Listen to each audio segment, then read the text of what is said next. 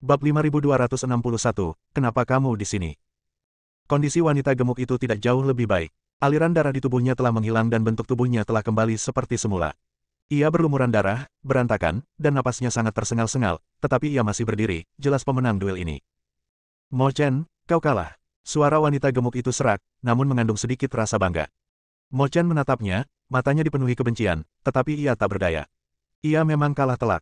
Para pengikut sekte pedang di sekitarnya bergegas maju untuk mendukung Mo Chen, semuanya dengan kesedihan dan kemarahan di wajah mereka, tetapi mereka tidak berani bertindak gegabah. Mereka semua tahu bahwa bahkan sang guru pun tidak sebanding dengan mereka, dan jika mereka maju mereka hanya akan mati sia-sia. Tatapan wanita gemuk itu menyapu orang-orang sekte pedang, dan akhirnya tertuju pada Dev yang terbaring di tanah. Jejak niat membunuh terpancar di matanya, sekarang, saatnya untuk menyelesaikan masalah yang tersisa. Dia berjalan menuju Dev selangkah demi selangkah, jelas-jelas tidak berniat melepaskannya. Ling Sui berdiri di depan Dev. Meskipun gemetar ketakutan, ia masih memberanikan diri untuk berkata, Kau tidak boleh menyentuhnya. Wanita gemuk itu mencibir, gadis kecil, beraninya kau menghentikanku. Keluar dari sini. Sambil berbicara, dia melambaikan tangannya, lalu embusan angin kencang meniup Ling Sui menjauh.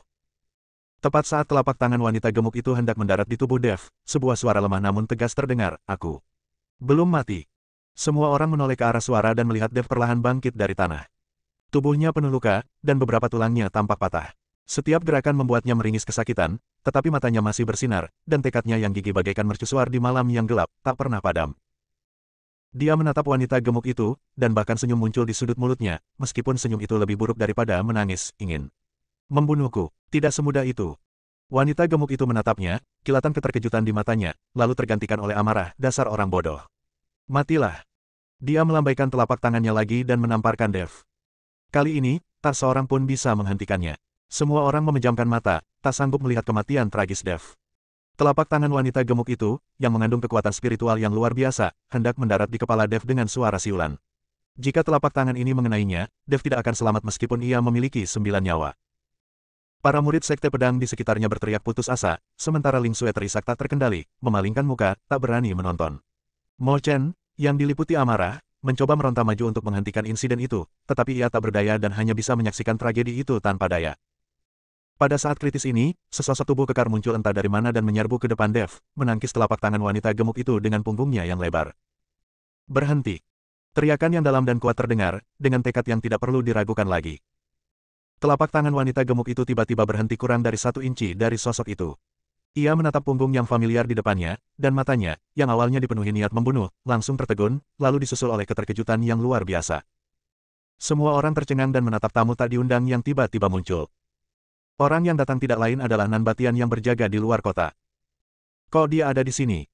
Pikiran Dev dipenuhi pertanyaan. Saat itu, ia dan Humazi meninggalkan kota dan tidak menemukan jejak Nan Batian. Nan Batian berbalik dan berdiri di depan Dev. Ia menatap wanita gemuk itu dengan tenang dan berkata dengan nada tegas, kalau kau mau membunuhnya, bunuh aku dulu. Batian. Wanita gemuk itu menatap wajah Nan Batian yang bersudut, dan ekspresi garang di wajahnya lenyap dalam sekejap, digantikan oleh ekspresi rumit yang bercampur rasa malu, gembira, dan sedih. Suaranya juga menjadi lembut, sangat berbeda dari sebelumnya, kamu. Kenapa kamu di sini? Perubahan mendadak ini membuat semua orang tercengang, rahang mereka hampir ternganga ke tanah. Bab 5262, Juru Selamat. Apakah ini masih wanita gemuk ganas yang bahkan berani memukul putra penguasa kota?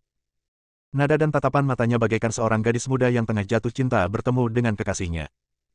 Nan Batian mengerutkan kening, jelas terganggu oleh penampilan wanita gemuk itu. Ia berkata dengan suara berat, aku akan membawa temanku pergi. Teman. Tatapan wanita gemuk itu tertuju pada Dev di belakang Nan Batian, lalu kembali menatap wajah Nan Batian, kegembiraan di matanya semakin kuat. Ia melangkah maju dan merentangkan lengannya yang gemuk, mencoba memeluk leher Nan Batian. Batian, akhirnya kau datang menemuiku. Kupikir kau tak ingin bertemu denganku lagi di kehidupan ini. Tubuh Nan Batian menegang, dan tanpa sadar dia ingin menghindar, tetapi ketika dia melihat harapan dan sedikit kerapuhan di mata wanita gemuk itu, dia tidak bergerak sama sekali, malah ekspresinya menjadi semakin buruk.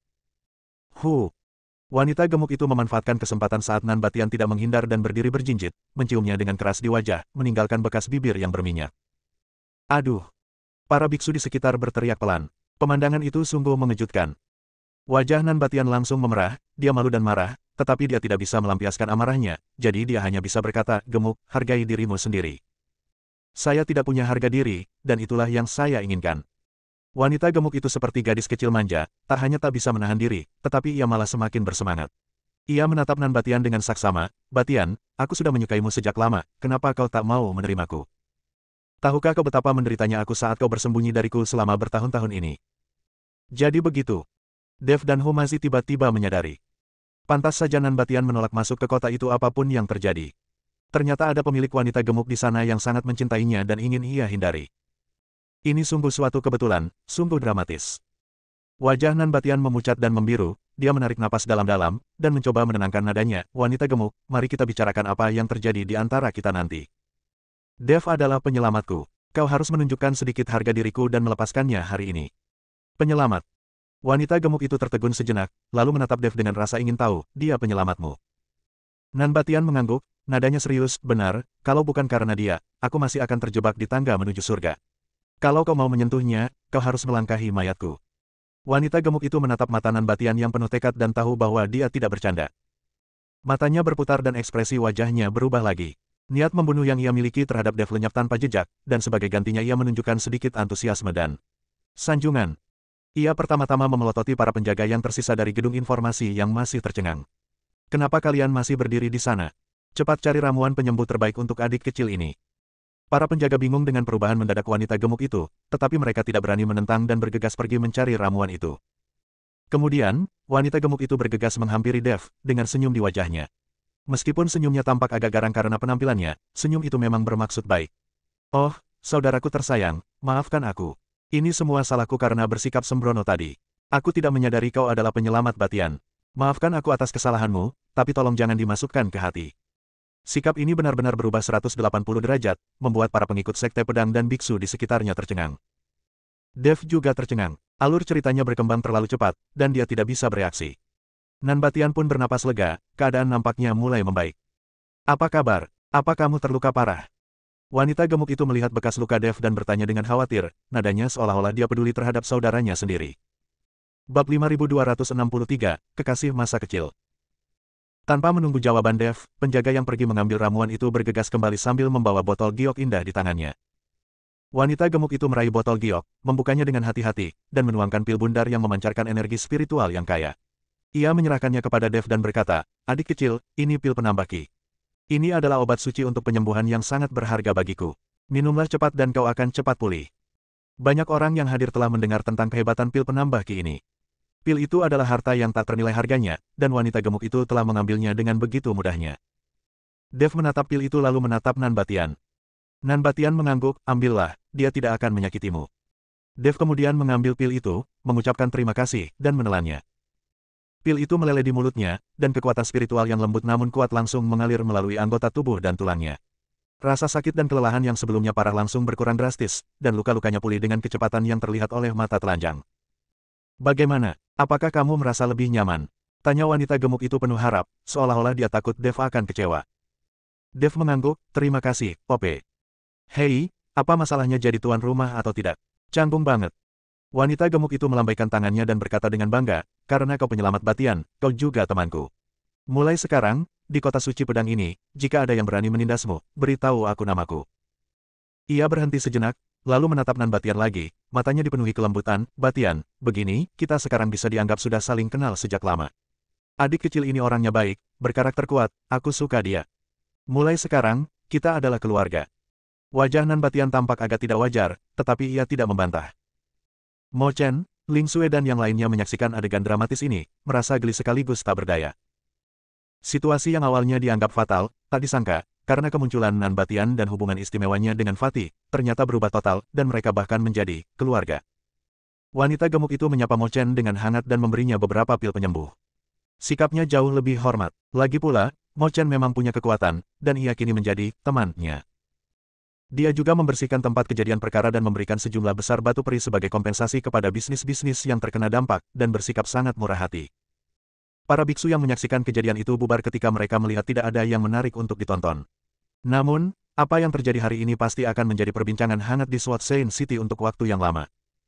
Konflik yang menegangkan akhirnya berakhir dengan cara yang absurd namun sempurna. Dev memandangi wanita gemuk yang sibuk berlarian di depannya, bertanya kepada Nan Batian tentang keadaannya, dan bahkan sesekali menunjukkan perilaku putrinya.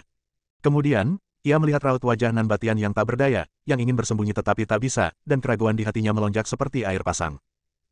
Sementara wanita gemuk itu mengarahkan anak buahnya untuk membersihkan medan perang dan menyiapkan jamuan mewah untuk menghibur mereka, Dev diam-diam menarik lengan baju Nan Batian dan mengangguk ke arah sudut terpencil.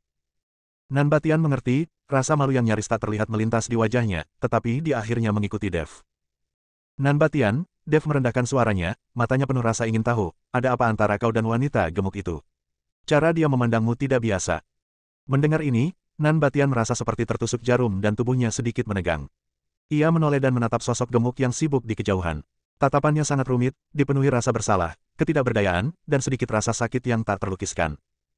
Setelah terdiam cukup lama, ia mendesah pelan dan berkata dengan suara serak, ceritanya panjang. Aku dan dia adalah kekasih masa kecil. Kekasih masa kecil. Mata Dev terbelalak. 4 kata ini begitu berbeda dengan gambaran wanita gemuk itu sehingga sulit baginya untuk mencernanya. Bab 5264, bersembunyi darinya. Nan Batian mengangguk dan teringat kembali, kami tumbuh bersama di sebuah desa kecil. Saat itu, dia tidak dipanggil Fatih, dia punya nama yang bagus, Acui. Saat itu, meskipun Acui tidak terlalu cantik, ia cantik, lincah, dan ceria.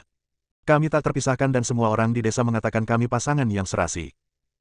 Ia berhenti sejenak, sekilas kelembutan terpancar di matanya, seakan-akan ia melihat gadis kecil dengan 2 kuncir mengejarnya dan berteriak, Kakak Batian.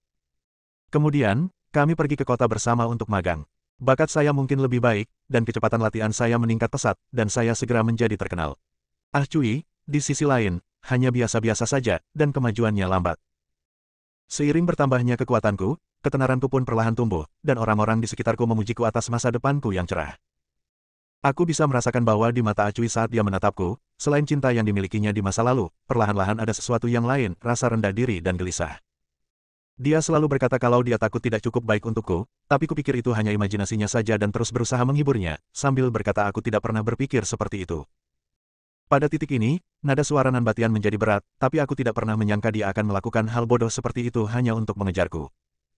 Dia diam-diam menemukan seni bela diri kuno dan jahat yang dapat dikembangkan dengan sangat cepat dan dapat meningkatkan kekuatan seseorang secara signifikan dalam waktu singkat. Namun, teknik itu memiliki efek samping yang sangat besar. Tubuh praktisi akan terus membengkak akibat distorsi energi spiritual, menjadi kembung, dan tidak dapat kembali ke keadaan semula. Saat aku mengetahuinya, sudah terlambat. Kekuatannya memang meningkat pesat, bahkan melampauiku di satu titik, tetapi tubuhnya juga mulai berubah. Saya terkejut dan marah, lalu bertanya mengapa dia melakukan ini. Dia hanya menangis dan berkata bahwa dia tidak ingin ditinggalkan oleh saya. Dia ingin bersama saya selamanya dan tidak ingin orang lain mengatakan bahwa dia tidak layak untuk saya. Melihat ekspresinya yang gembira namun sedih, hatiku serasa tersayat pisau. Aku tahu aku juga bertanggung jawab atas keadaannya. Pertumbuhanku yang pesat memberinya terlalu banyak tekanan. Tetapi saya tidak dapat menerimanya karena kekuatannya meningkat dengan cara ini, dan saya tidak dapat menghadapi biaya besar dan rasa sakit yang tersembunyi di balik tubuhnya yang semakin membengkak. Aku tidak tahan untuk sesaat, dan aku tidak tahu harus berbuat apa, jadi aku memilih untuk melarikan diri. Saya meninggalkannya tanpa mengucapkan selamat tinggal dan mulai berkeliaran, sengaja menghindarinya. Kupikir mungkin waktu akan menyembuhkan segalanya, mungkin dia akan memahami kerja kerasku. Tapi aku tak menyangka aku akan bersembunyi selama bertahun-tahun. Selama bertahun-tahun, dia tak pernah menyerah mencari saya. Dia mengubah namanya menjadi Fat Lady, mendirikan gedung informasi, dan pengaruhnya semakin besar, semua itu dengan harapan menemukan saya melalui berbagai cara. Dan aku, bagaikan pengecut, terus berlari dan bersembunyi. Aku takut melihatnya sekarang, takut menghadapi masalah di antara kami, dan takut menghadapi rasa bersalahku sendiri. Sebelum aku datang ke kota suci pedang kali ini, aku tahu dia ada di sini. Itulah sebabnya aku tetap di luar kota, tak berani menginjakkan kaki di dalam, karena takut ketahuan olehnya. Aku tak pernah menyangka, ternyata aku tak akan bisa kabur. Suara Nan Batian dipenuhi dengan rasa lelah dan menyalahkan diri sendiri. Dev mendengarkan dengan tenang, dengan perasaan campur aduk di hatinya. Ia tak pernah menyangka, di balik penampilan sangar dan gaya tingkah lakunya yang angkuh itu, tersimpan masa lalu yang kelam. Ia menatap sosok gemuk tak jauh darinya, yang sedang mengarahkan para pelayannya dan sesekali melirik ke arahnya. Tiba-tiba ia merasa bahwa di dalam tubuh gemuk itu tersimpan hati yang rapuh dan gigih. Nan Batian. Dev merenung sejenak dan berkata, saya pikir pemilik gedung Fat Lady. Nona Acui, perasaannya terhadap Anda sungguh mendalam. Meskipun metodenya ekstrim, titik awalnya adalah karena dia terlalu peduli padamu. Bab 5265, ada harapan. Nan Batian tersenyum getir, aku tahu. Tapi bertahun-tahun telah berlalu, dan dia menjadi seperti ini sekarang. Bisakah kita kembali seperti dulu? Dev menatapnya dan berkata dengan serius, masa lalu mungkin tak bisa diubah, tapi masa depan mungkin bukan hal yang mustahil. Melarikan diri tidak akan menyelesaikan masalah. Lagi pula, kesehatan pemilik gedung gendut mungkin tidak sepenuhnya tak bisa diperbaiki. Nan Batian tiba-tiba mengangkat kepalanya, secercah harapan terpancar di matanya, apa katamu? Tuan Dev, apakah kau punya solusi? Dev menggaruk kepalanya dan berkata, saya tidak bisa menjaminnya, tetapi saya mungkin akan mencobanya. Saya pernah melihat catatan serupa di sebuah buku kuno. Di sana tertulis bahwa cacat fisik yang disebabkan oleh beberapa keterampilan jahat tidak sepenuhnya tidak dapat dipulihkan. Kuncinya adalah menemukan akar penyebab kekuatan jahat, menganalisis prinsip aliran energinya, lalu menggunakan pengobatan dan latihan yang tepat untuk menetralkan efek sampingnya. Dia berhenti sejenak dan berkata, bolehkah aku bicara baik-baik dengan Nyonya Gemuk? Aku ingin tahu detail tentang kemampuan jahat itu. Nan Batian ragu sejenak lalu mengangguk, baiklah. Terima kasih, Tuan Dev. Dia tahu bahwa ini mungkin satu-satunya kesempatan Acui, dan juga kesempatannya untuk menebus kesalahannya. Tidak lama kemudian, wanita gemuk itu mengatur segalanya, berjalan dengan gembira, dan membawa Nan Batian ke pesta. Batian, ayo pergi. Aku sudah menyiapkan makanan dan anggur yang enak. Ayo ngobrol, kita sudah bertahun-tahun tidak bertemu, dan aku punya banyak hal untuk diceritakan kepadamu. Nan Batian melirik Dev, dan Dev mengedipkan mata padanya. Nan Batian menarik napas dalam-dalam dan berkata kepada wanita gemuk itu, Acui. Ada yang ingin kukatakan padamu. Lagi pula, Tuan Dev bilang dia mungkin punya cara untuk membantumu. Ketika wanita gemuk itu mendengar nama yang telah lama hilang, Acui, tubuhnya bergetar hebat dan air mata menggenang di matanya. Dia menatap kosong ke arah Nan Batian, lalu ke arah Dev, suaranya sedikit bergetar, bantu aku. Bantu aku dengan apa?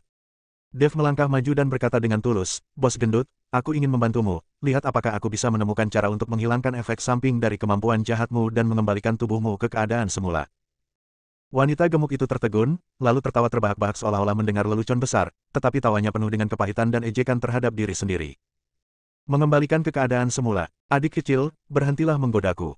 Selama bertahun-tahun, aku telah berkonsultasi dengan begitu banyak dokter terkenal dan mencoba begitu banyak metode, tetapi tidak ada yang berhasil. Efek samping dari teknik jahat ini tidak dapat diubah, dan aku telah menerima takdirku sejak lama, kata wanita gemuk itu. Aku tahu ini sulit, kata Dev tegas, tapi bagaimana kita tahu kalau kita tidak mencoba? Fatih, tidakkah kau ingin kembali ke wujud aslimu? Tidakkah kau ingin memulai kembali dengan Nan Batian seperti dirimu sekarang? Kalimat ini bagaikan kunci, yang membuka hasrat yang telah lama terpendam dalam hati wanita gemuk itu. Tawanya tiba-tiba terhenti, dan dia menatap Nan Batian dengan tatapan kosong, matanya penuh hasrat dan ketidakpercayaan. Ya, bagaimana mungkin dia tidak mau? Selama bertahun-tahun, dia telah bermimpi berkali-kali di malam hari bahwa dia telah berubah kembali menjadi Acui yang cantik, meringkuk di samping kakak Batian. Tetapi setiap kali aku terbangun dan melihat tubuhku yang membengkak, aku dipenuhi dengan keputusasaan yang tak berujung. Apakah benar-benar ada harapan? Suara wanita gemuk itu serendah dengungan nyamuk, tetapi mengandung sedikit isyarat harapan. Saya 70% yakin, kata Dev. Ini perkiraan konservatif berdasarkan kombinasi teks kuno dan penilaiannya sendiri.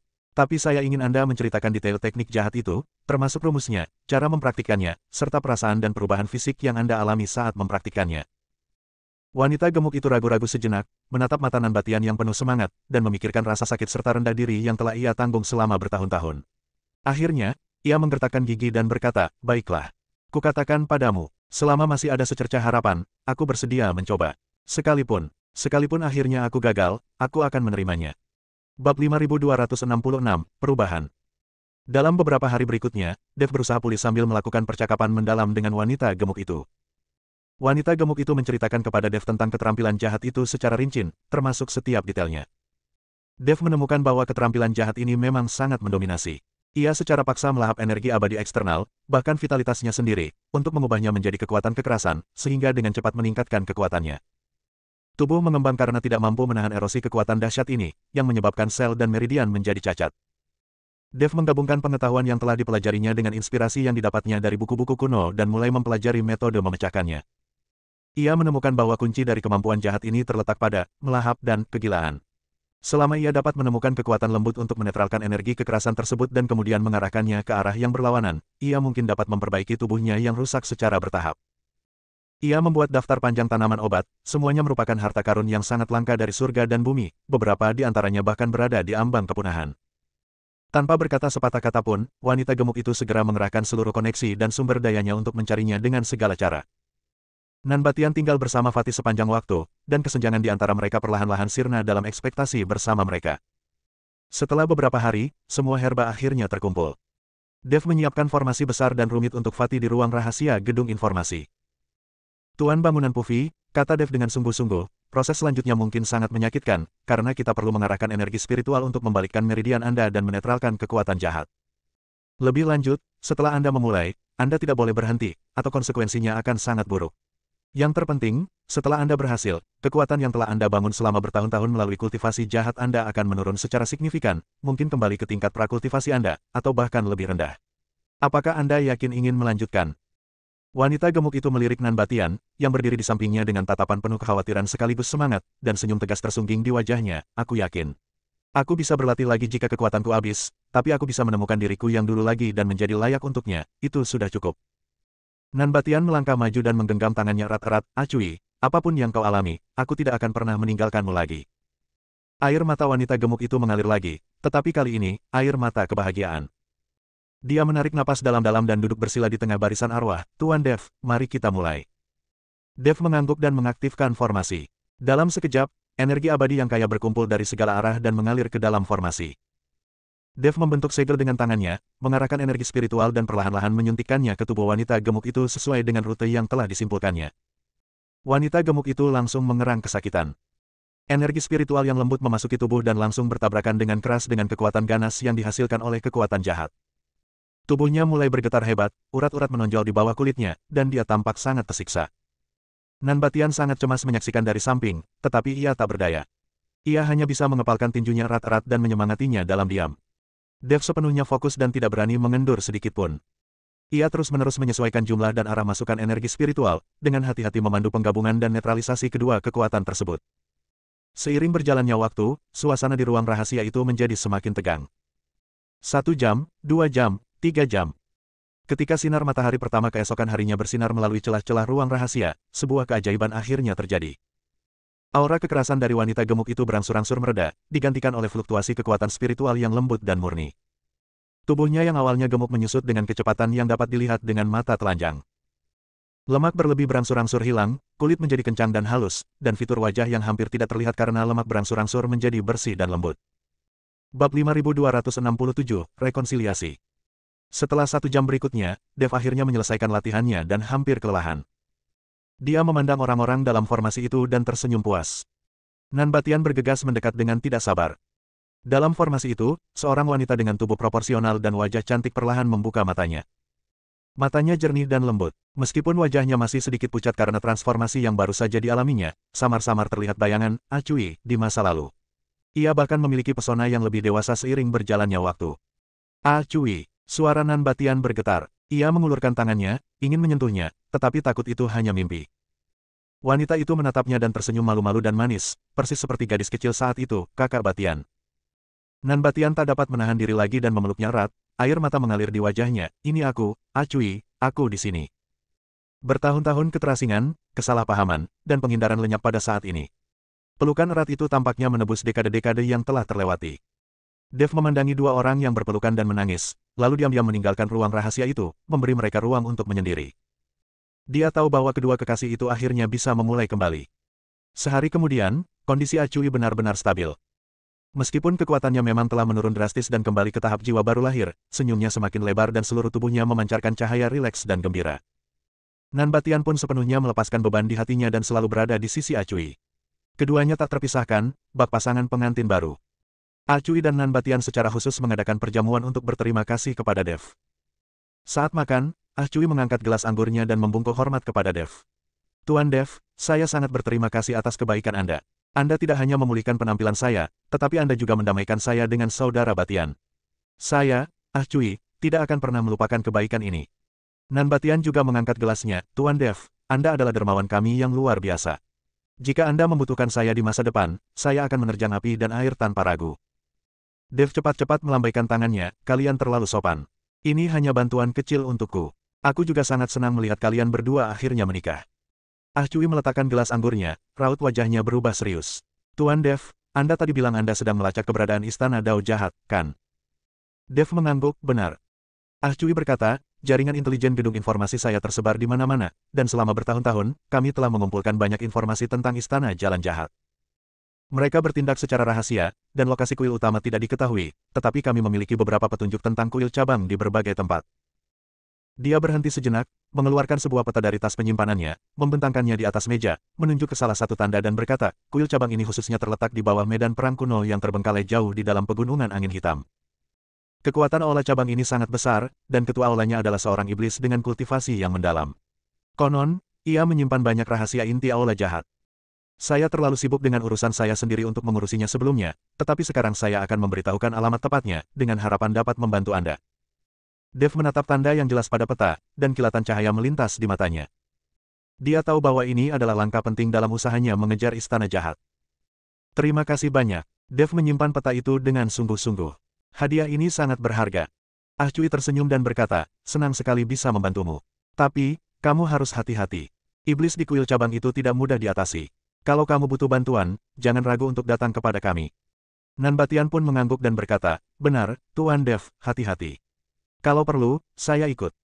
Perasaan hangat muncul di hati Dev, dan dia mengangguk, baiklah, jika aku membutuhkanmu, aku pasti akan menemukanmu. Dev sebenarnya tidak ingin terlalu mengganggu Nanbatian. Karena Nanbatian dan Acui baru saja berdamai, mereka membutuhkan lebih banyak waktu untuk dihabiskan bersama. Nanbatian setuju menjadi pelayannya selama 300 tahun, tetapi Dev tidak benar-benar membiarkan Nanbatian menjadi pelayannya. Bab 5268, Master Istana ke-6 ada di sini. Pada sore hari di Swatseng City, matahari bersinar melalui kisi-kisi jendela berbentuk pedang yang bertumpuk, menimbulkan cahaya dan bayangan berbintik-bintik di jalan batu biru. Dev dan Humazi sedang duduk di ruangan itu. Sebuah peta pegunungan angin hitam terbentang di atas meja, dengan beberapa kertas jimat yang menguning berserakan. Itu adalah jimat-jimat penunjuk jalan yang baru saja digambar Humazi, dan masih terdapat fluktuasi kekuatan spiritual yang samar-samar di dalamnya. Dev, roh jahat di pegunungan angin hitam sangat kuat. Jimat pembersih kejahatan, milikku hanya bisa melindungi kita sejauh 3 mil saja. Humazi mengetuk-ngetuk kertas jimat itu dengan ujung jarinya, dan ujung jarinya yang kasar mengusap tepi jimat itu. Keduanya tengah berdiskusi tentang cara menemukan cabang kuil dao jahat ketika tiba-tiba terdengar suara keras logam pecah di luar, diikuti oleh seruan para biksu di kota pasar. Humazi tiba-tiba berdiri dan meletakkan kertas jimat itu ke tangannya, sialan, apakah ada gelombang panas lagi? Dev sudah bergegas keluar ruangan dan melihat 5 sosok berbaju zirah perak datang dengan pedang terbang. Sang pemimpin mengenakan jubah emas bersulam motif binatang buas, dan tanda berbentuk pedang di antara alisnya bersinar terang di bawah sinar matahari. Ia adalah kepala istana ke-6 kuil. Keempat pengawal di belakangnya masing-masing memegang tombak panjang berkekuatan spiritual emas yang mengalir di ujungnya. Mereka jelas merupakan pengawal zirah emas elit kuil. Dev, akhirnya aku menemukanmu. Suara Master Istana ke-6 bagaikan guntur yang menggelegar, kekuatan spiritual dan gelombang suara menghantam lengkungan penginapan. Dengan suara, krek lengkungan batu biru itu hancur berkeping-keping. Para pendeta di dekatnya sangat ketakutan sehingga mereka menghindar satu demi satu, tetapi tidak ada seorang pun yang berani maju untuk menghentikan mereka. Siapa kamu? Dev bertanya kepada Master Istana ke-6 dengan dingin. Kuil, penguasa aula ke-6. Begitu kata-kata itu terucap, para biksu di sampingnya bersembunyi lebih jauh. Kaja Naga. Semua orang tahu bahwa kuil ini adalah kekuatan yang kuat di antara para dewa, dan para dewa ini semuanya adalah orang-orang sombong yang akan bertarung jika ada perselisihan sekecil apapun. Itu bajingan kuil. Humazi meraung marah, dan dengan lambaian kertas jimat di tangannya, 3 jimat kuning langsung berubah menjadi 3 burung gagak api, mengepakkan sayap mereka dan menyerbu ke arah Master Istana ke-6. Dev, aku di sini untuk menemuinya. Tuan Hu, jangan main-main. Dengan kekuatanmu. Sebelum Dev selesai berbicara, Humazi sudah bergerak. Master Istana ke-6 mencibir, dan tangan kanannya berubah menjadi cakar.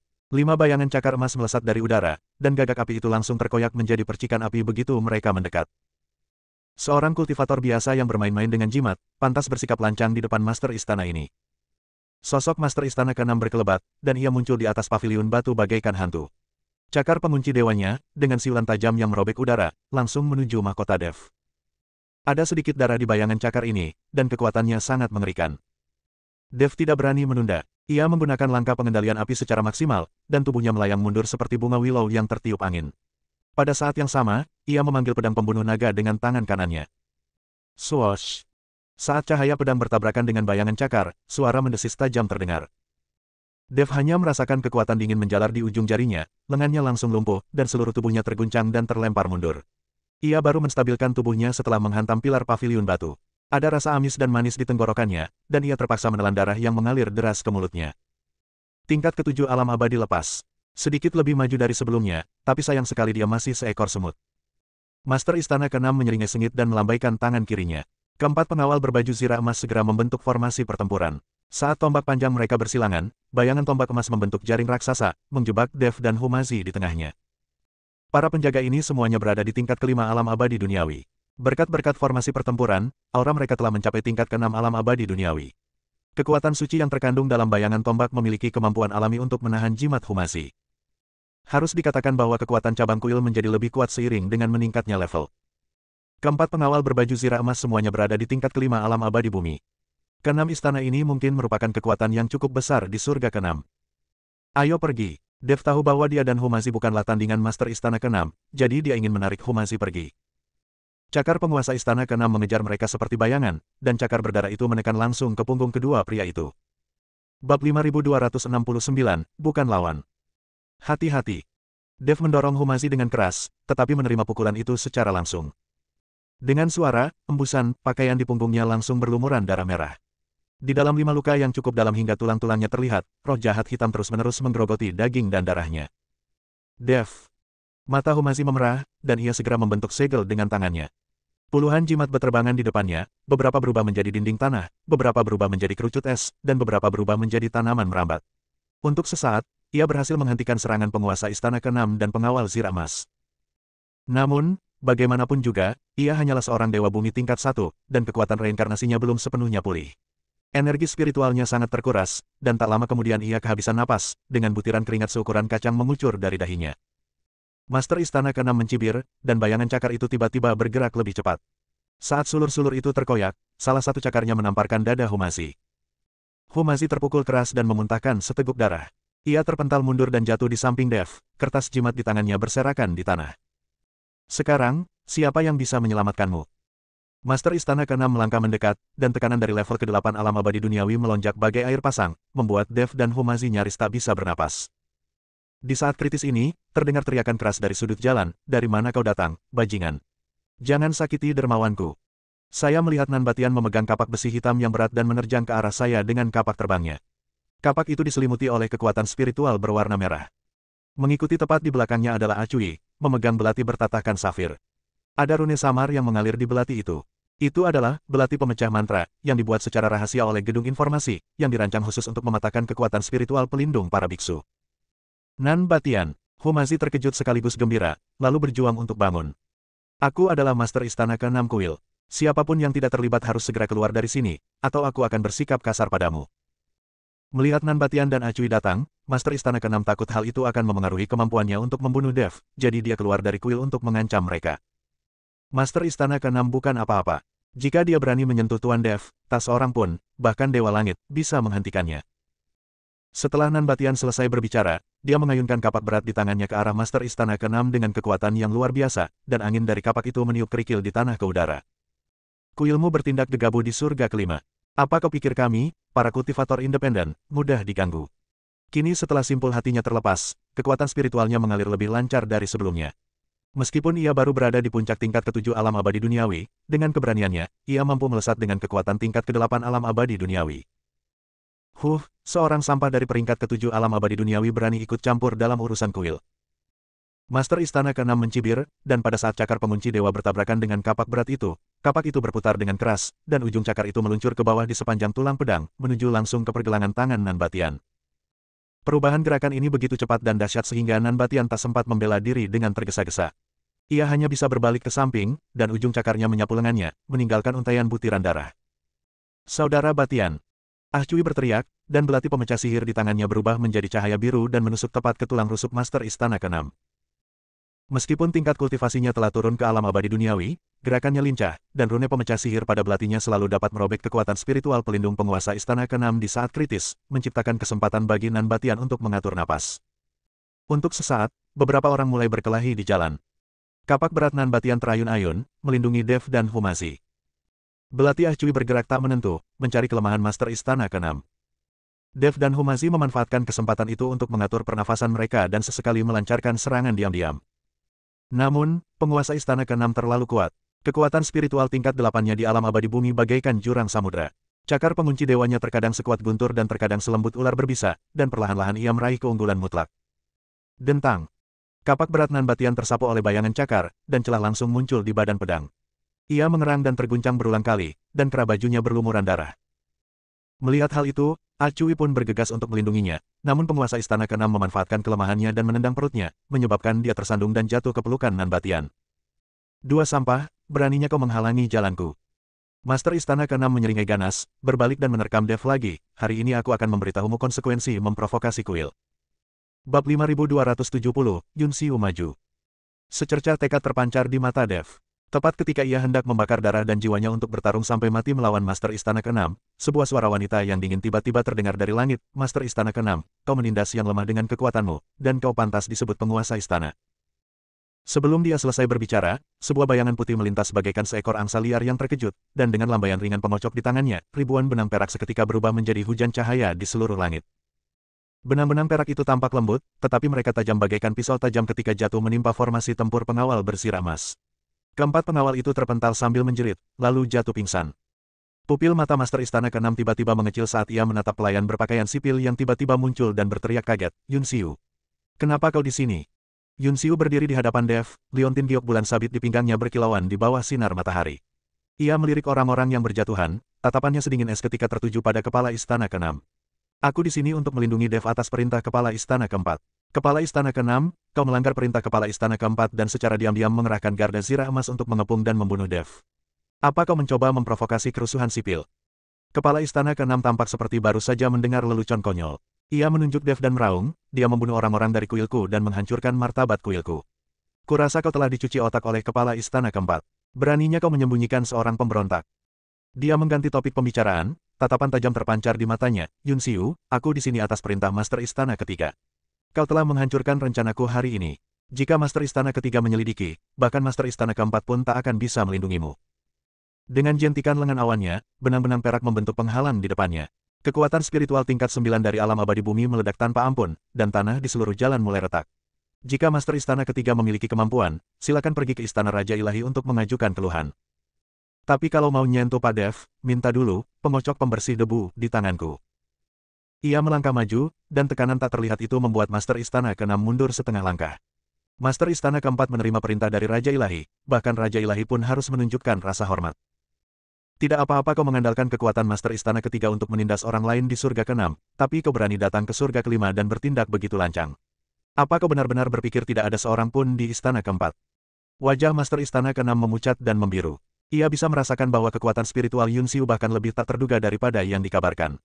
Benang perak pada kocokan itu mengandung kekuatan hukum ruang, dan hanya sedikit saja yang mampu menghancurkan kekuatan spiritual pelindungnya. Namun, ketika teringat akan cara-cara Master Istana ketiga, ia kembali menguatkan diri, Yun Xiu, jangan paksa aku.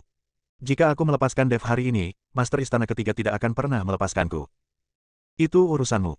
Seberkas kekuatan spiritual berwarna putih keperakan mengembun di ujung jari Yun Xiu. Kekuatan spiritual itu berputar membentuk lengkungan aneh di udara, yang jelas merupakan prototipe bilah ruang angkasa. Kau bawa anak buahmu dan pergi sekarang, atau aku akan membereskan kekacauan ini untuk Master Istana ke-4. Kau pilih salah satu. Master Istana ke-6 menatap mata Yun Xiu yang penuh dengan niat membunuh, lalu menatap Dev yang sedang dibantu Nanbatian, dan akhirnya menggertakkan giginya dan berkata, baiklah. Aku akan memberikan wajah Master Istana ke-4 hari ini. Ia meraung ke arah penjaga berbaju zirah emas yang tak sadarkan diri, sampah. Cepat pergi. Setelah itu, ia memelototi Dev dengan penuh kebencian, berbalik, dan memimpin anak buahnya terbang menuju langit dengan panik. Baru setelah aura Master Istana ke-6 benar-benar lenyap, Yun Xiu menyimpan kekuatan spiritualnya dan mengeluarkan 4 botol giok dari tas penyimpanannya, lalu menyerahkannya kepada Nanbatian, ini, bubuk pengental roh, dan salep Jiseng. Gunakan untuk menyembuhkan luka mereka dulu. Nanbatian mengambil botol giok itu dan menatapnya dengan mata penuh rasa terima kasih Nona Yun Xiu karena telah menyelamatkan kami, kalau tidak, kami semua akan mati di sini hari ini. Ia membagikan pil-pil itu kepada semua orang, lalu memberikan satu pil kepada Acui terlebih dahulu. Melihat wajah pucat Acui, matanya penuh dengan kesedihan. Setelah Dev meminum ramuan itu, rasa sakit yang hebat di dadanya berangsur-angsur mereda. Ia membungkuk kepada Yun Xiu dan berkata, terima kasih banyak telah menyelamatkanku. Aku tidak punya cara untuk membalasmu. Yun Xiu memperhatikannya membalut lukanya dan perlahan berkata, Kepala Istana ke-4 meminta saya untuk memberitahu Tuan Dev bahwa kuil tidak memiliki kebencian yang mendalam terhadap Anda. Saya harap Anda akan memaafkan para kepala istana sebelumnya atas segala pelanggaran yang mungkin telah mereka lakukan. Jika kau bersedia berdamai, 4 istana bersedia beraliansi denganmu. Apapun masalah yang kau hadapi di masa depan, 4 istana akan membantumu. Bersambung.